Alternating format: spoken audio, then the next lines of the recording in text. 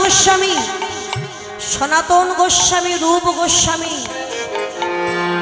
তারা কিন্তু রাজা হোসেন শাহর প্রধানমন্ত্রিত্ব পদে চাকরি করতেন।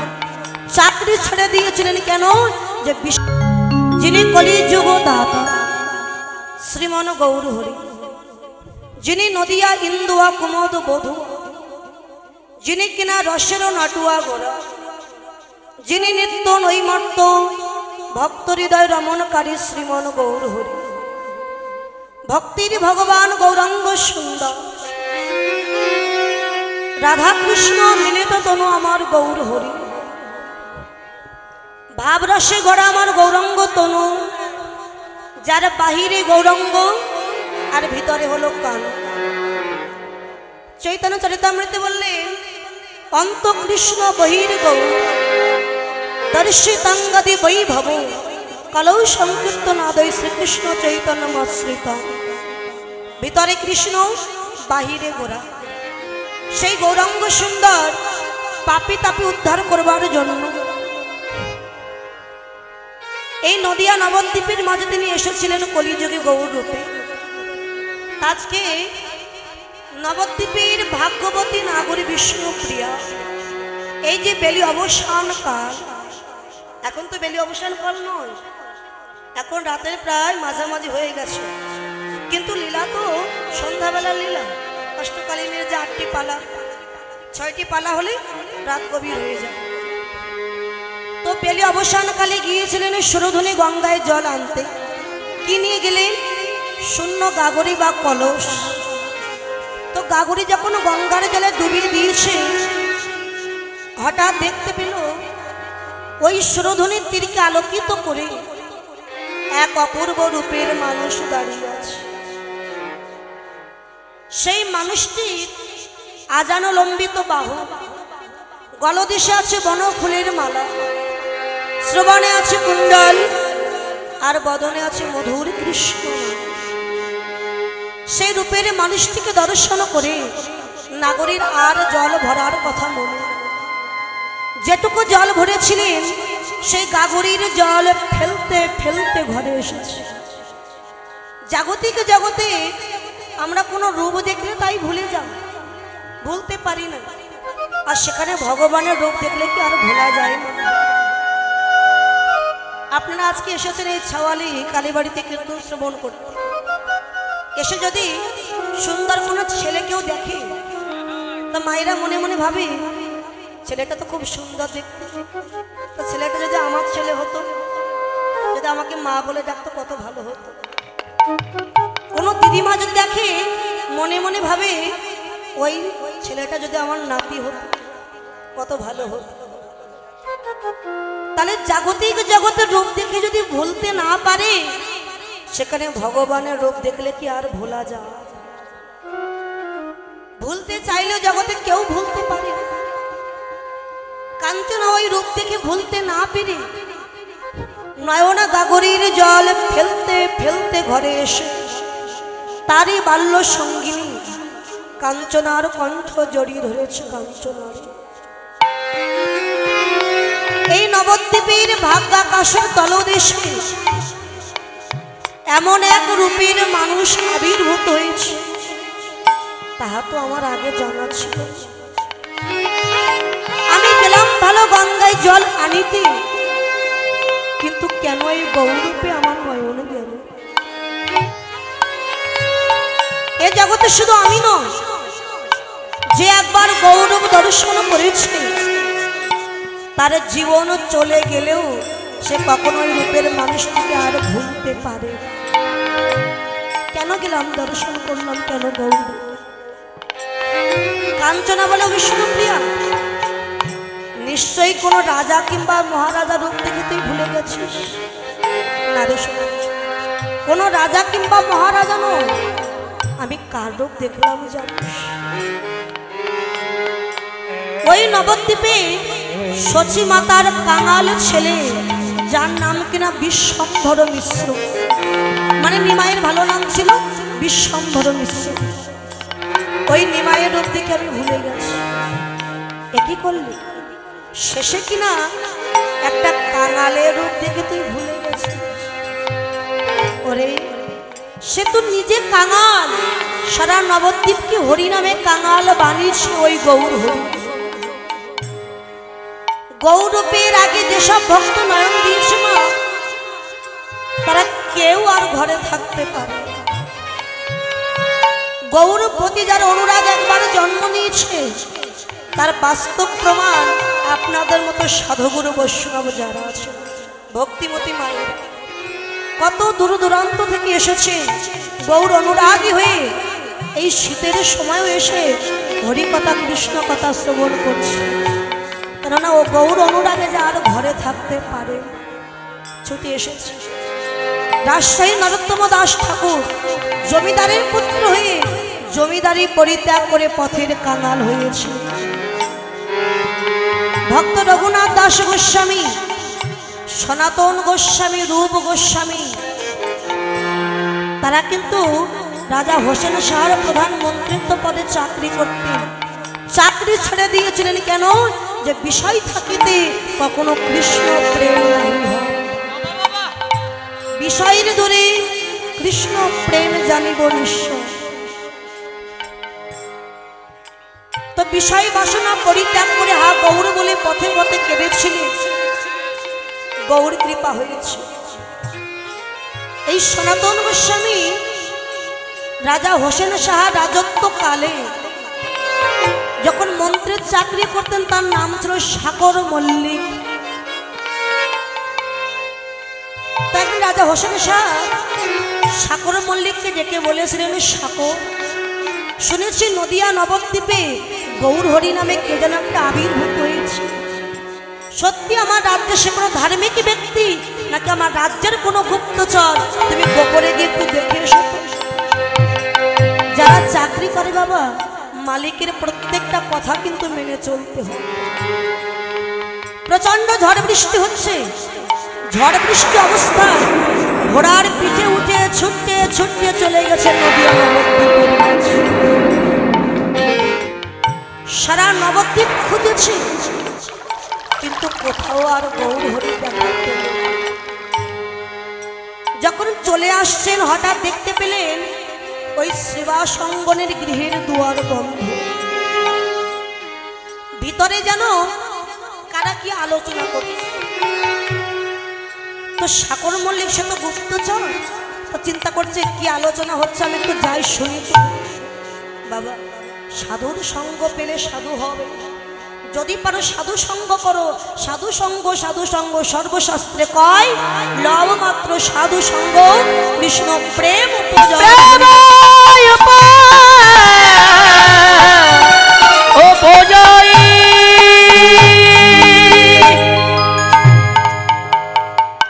শ্রীবাসের মতো বৈষ্ণবের গৃহের দুয়ারে গিয়ে কান পেতে শুনছে ভিতরে কি আলোচনা হচ্ছে। ভিতরে মহাপ্রভুকে ঘিরে পারিষদ ভক্তগণ সবাই মধুর কৃষ্ণ নাম গাইছে। হরে কৃষ্ণ হরে কৃষ্ণ কৃষ্ণ কৃষ্ণ হরে হরে হরে রাম হরে রাম রাম রাম হরে হরে কৃষ্ণ হরে কৃষ্ণ কৃষ্ণ কৃষ্ণ হরে হরে হরে রাম হরে রাম রাম রাম হরে হরে হরে কৃষ্ণ হরে কৃষ্ণ কৃষ্ণ কৃষ্ণ হরে হরে হরে রাম হরে রাম রাম রাম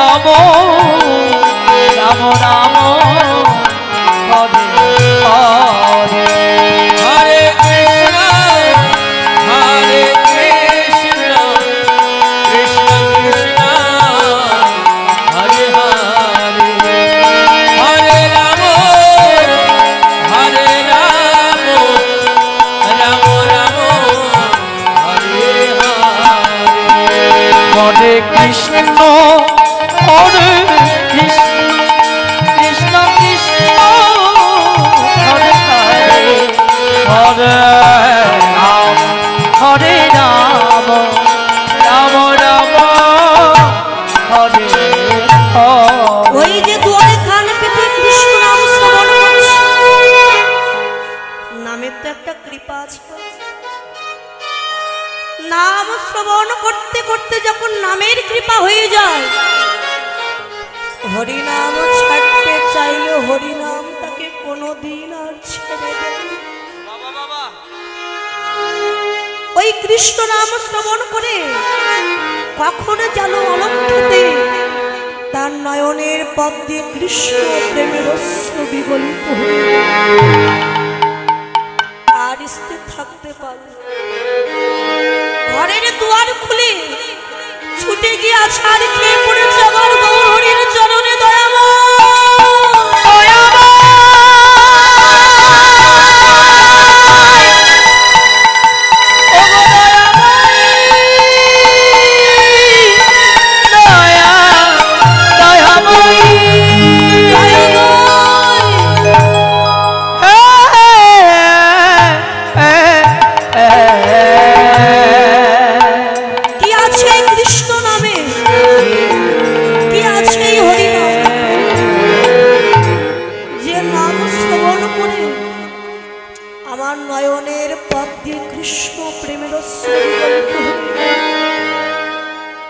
প্রভু, জীবনে কত নাম আমি শুনেছি, কিন্তু এমন মধুর কৃষ্ণ নাম যে আমি কোনোদিন শ্রবণ করিনি প্রভু। যে নাম শ্রবণ করে কৃষ্ণ প্রেমের অশ্রু আমার বিগলিত হয়ে গেল। সত্যি কি তুমি সে যাকে পাওয়ার জন্য জগতের জীব কাঁদছে?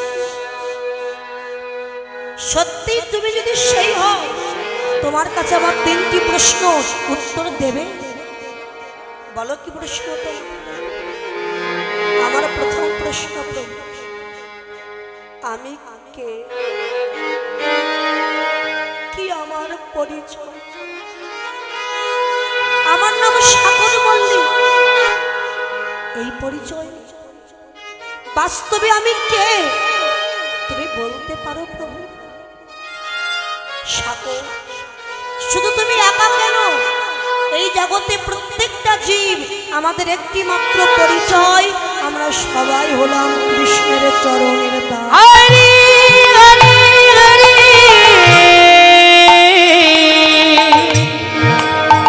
হরি বল। আমার দ্বিতীয় প্রশ্ন প্রভু, কেন সংসারে এই ত্রিতাপ জ্বালা আমরা ভোগ করি? এমন কোনো মানুষ নাই যিনি বলতে পারবেন না যে আমার জীবনে কোনো দুঃখ কষ্ট কিছুই। কেন এই ত্রিতাপ জ্বালা ভোগ করি? সাগর, জীব যখন ভুলে যায় সে কৃষ্ণের চরণের দাস, তখন এই মায়ার সংসার তাকে দুঃখ কষ্ট জ্বালা যন্ত্রণা দেয়। আমার তৃতীয় প্রশ্ন, আমি মুক্তি পাবো কিসে প্রভু? কিসে আমার গতি হবে? সাগর, যেদিন তুমি জানবে তুমি কৃষ্ণের চরণের দাস, জানতে পেরে এই দেহ মন প্রাণ কোন সাধুগুরু বৈষ্ণবের চরণে নিবেদন করবে। বৈষ্ণবের যদি একবার কৃপা হয়, বৈষ্ণবের কৃপা হলে এই সংসার জ্বালা থেকে মুক্তি পেয়ে তুমি একদিন না একদিন উদ্ধার হবে।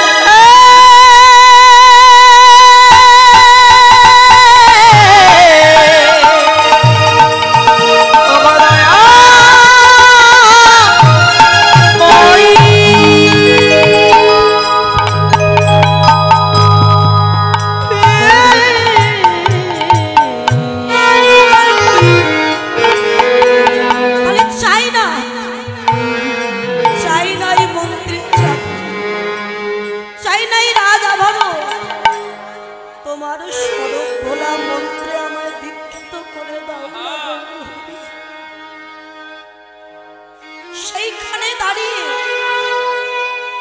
রাজ ঐশ্বর্য পরিত্যাগ করে, রাজ আবরণ পরিত্যাগ করে পরিধান করলেন একটা গেরুয়া বস্ত্র। স্কন্ধে রাধা সঙ্গে তিলক ধারণ গৌর হরির চরণে প্রণাম করেছে। আশীর্বাদ দেবে না সাগর, তুমি যখন কৃষ্ণ মন্ত্র দীক্ষিত হলে, আজ থেকে আমি তোমার নাম দিলাম সনাতন।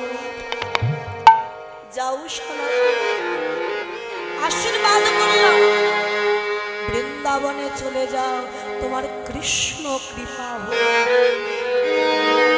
কৃষ্ণ বড় দয়াময়, তুমি তাকে নয়ন জলে প্রত্যেক দিনে ডাকো। যেদিন তোমার ডাক তার কর্ণে পৌঁছে যাবে, একদিন না একদিন তোমায় সে অবশ্যই দেখা দেবে সনাতন।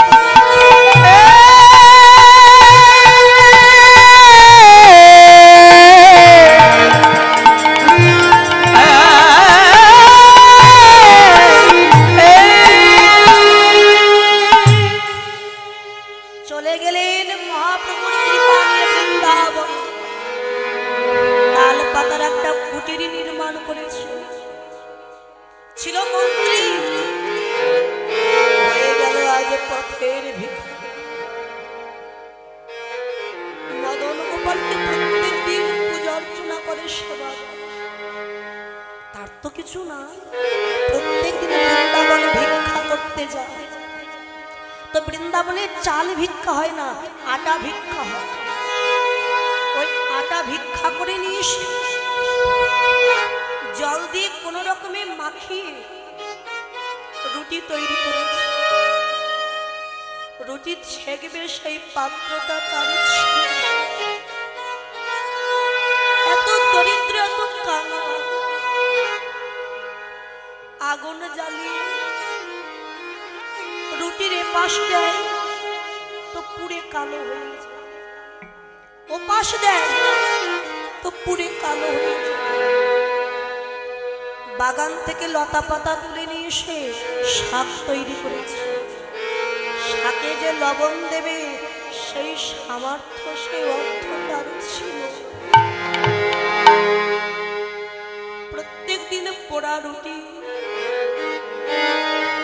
আর লবণবিহীন শাক সেবা দেয় মদন গোপাল।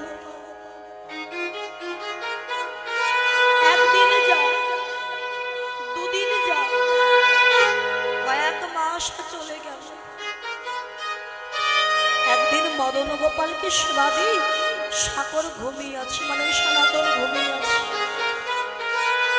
রাত্রেবেলা মদন গোপাল পাথরের বিগ্রহ থেকে সচল মূর্তি ধারণ করে সনাতনকে ডাক, সনাতন, ও সনাতন, আর ঘুমিয়ে ওঠো, দেখো আমি এসেছি। যে ডাক দিয়েছে চমকে উঠেছে, কে কে অমন করে আমায় ডাকছো তুমি? আমার চিনতে পারছো না সনাতন? যাকে পাওয়ার জন্য মন্ত্রীর চাকরি ছেড়ে হয়েছ পথের ভিখারি, আমি যে তোমার সেই মদন গোপাল। তুমি এসেছো, এসেছো প্রভু, কি সৌভাগ্য আমার। বলো আমি কেমন ভাবে তোমায় সেবা দেব? জানো সনাতন, তোমায় একটা কথা বলতে এসেছি। বলো কি কথা? তুমি আমায় প্রত্যেক দিন পোড়া রুটি আর লবণবিহীন শাক সেবা দাও। পোড়া রুটি দিচ্ছ, দাও, দুঃখ না, কিন্তু লবণবিহীন শাক সেবা করতে আমার যে বড় কষ্ট হয় সনাতন। কাল থেকে যখন সেবা দেবে, শাকে একটুখানি লবণ দিও তুমি সনাতন। লবণবিহীন শাক আমি সেবা করতে পারি। কি বলছো মদন গোপাল? শাকে লবণ দেব, আমার অর্থ কোথায় বলো? আমি যে দিন দরিদ্র পথের ভিখারি।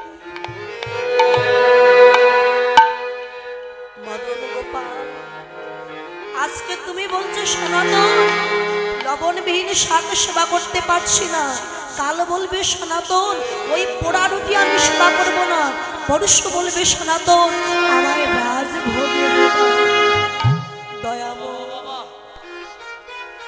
তোমার যদি এত ভালো ভালো সেবা করবার ইচ্ছে ছিল, যখন আমি মন্ত্রীর চাকরি করতাম, ধন সম্পত্তি সব আমার ছিল, তখন কেন তুমি আমার কাছে এলে না দয়াময়? আজ আমায় পথের ভিখারি বানিয়ে আমার কাছে ভালো সেবা করতে চাইছ, কোথা থেকে দেব?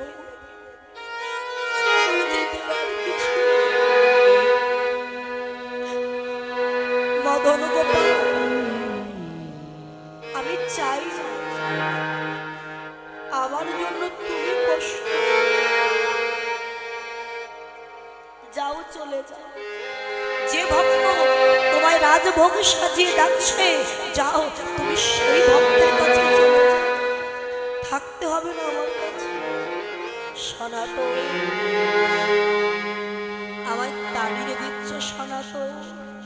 বেশ, এই তাহলে আমি চলে গেলাম, আমি কিন্তু আর কোনোদিন ফিরে আসবো না। মদন গোপাল যখন নেমে চলে যাচ্ছে বাবা, সনাতন ধুলায় গড়াগড়ি দিয়ে কাঁদছে। মদন গোপাল চলে যাচ্ছ তো যা, প্রভু গো যাওয়ার আগে একটা আশীর্বাদ দিয়ে যাও, আমি তো পেলাম না তোমার চরণ, তাই এই আশীর্বাদ দিয়ে যাও প্রভু, আমি তোমার চরণ পাইবা না পাই। প্রভু গো যেন তোমার ভক্তের চরণ ছাড়া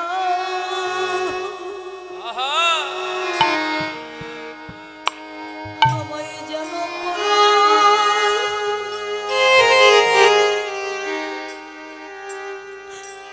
আমায় করো না।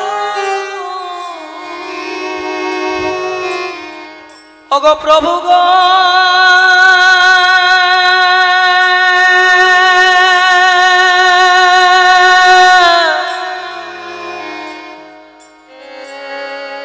যেন তোমার ভক্তির চরণ ছাড়া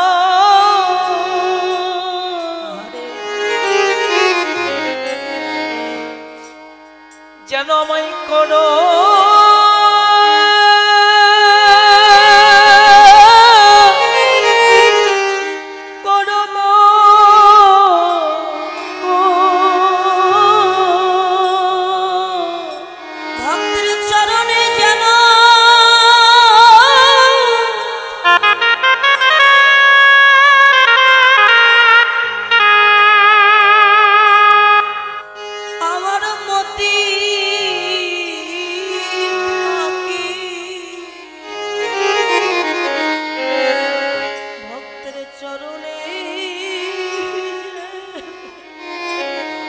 চরণ ছাড়া করো না।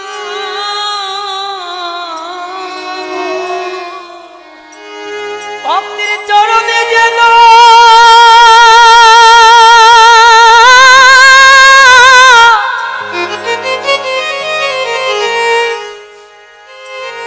ভক্তির চরণে যেন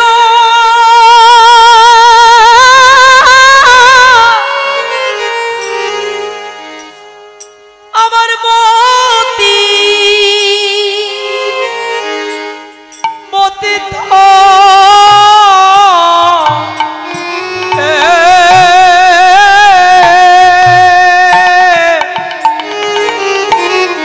ওগো প্রভু গো,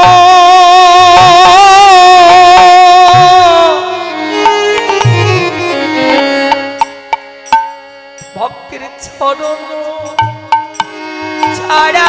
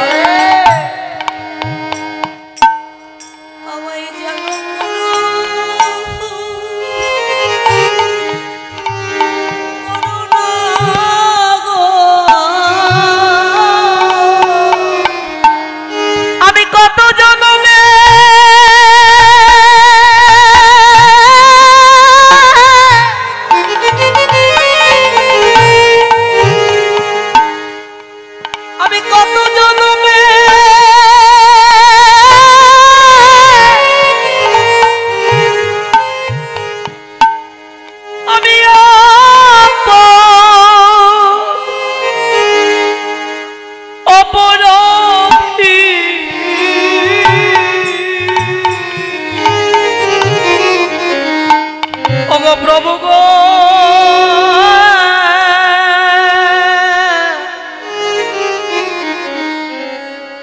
আমায় যেন চরণ ছাড়া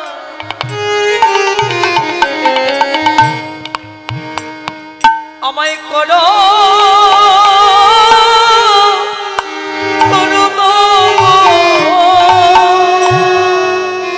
ভগবান বললেন ওরে সনাতন রে এ জগতে যে আমার ভক্তের চরণ চাই আমি কি তাকে ছেড়ে কোনদিন যেতে পারি আমি নিজ বাদনে বলেছি আমা হতে আমার নাম বড় আর নাম হতে ভক্ত বড় আর ভক্ত হতে ভক্তের চরণ ধুলি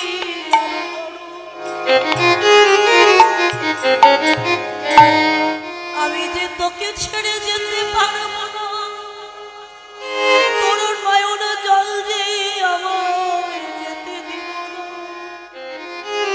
তুই অমন করে আর ধুলাই পড়ে কাঁদিস না রে সনাতন রে একবারে আয় আমার পক্ষে একবার আয়া আয়া আমার পক্ষে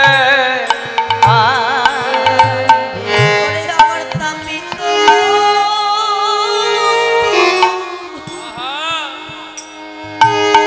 শীতল করি আয়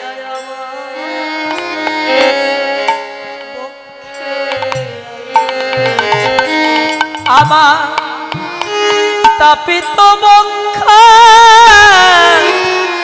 আমি শীতল করি বলে একবার আয়া আমার বক্ষ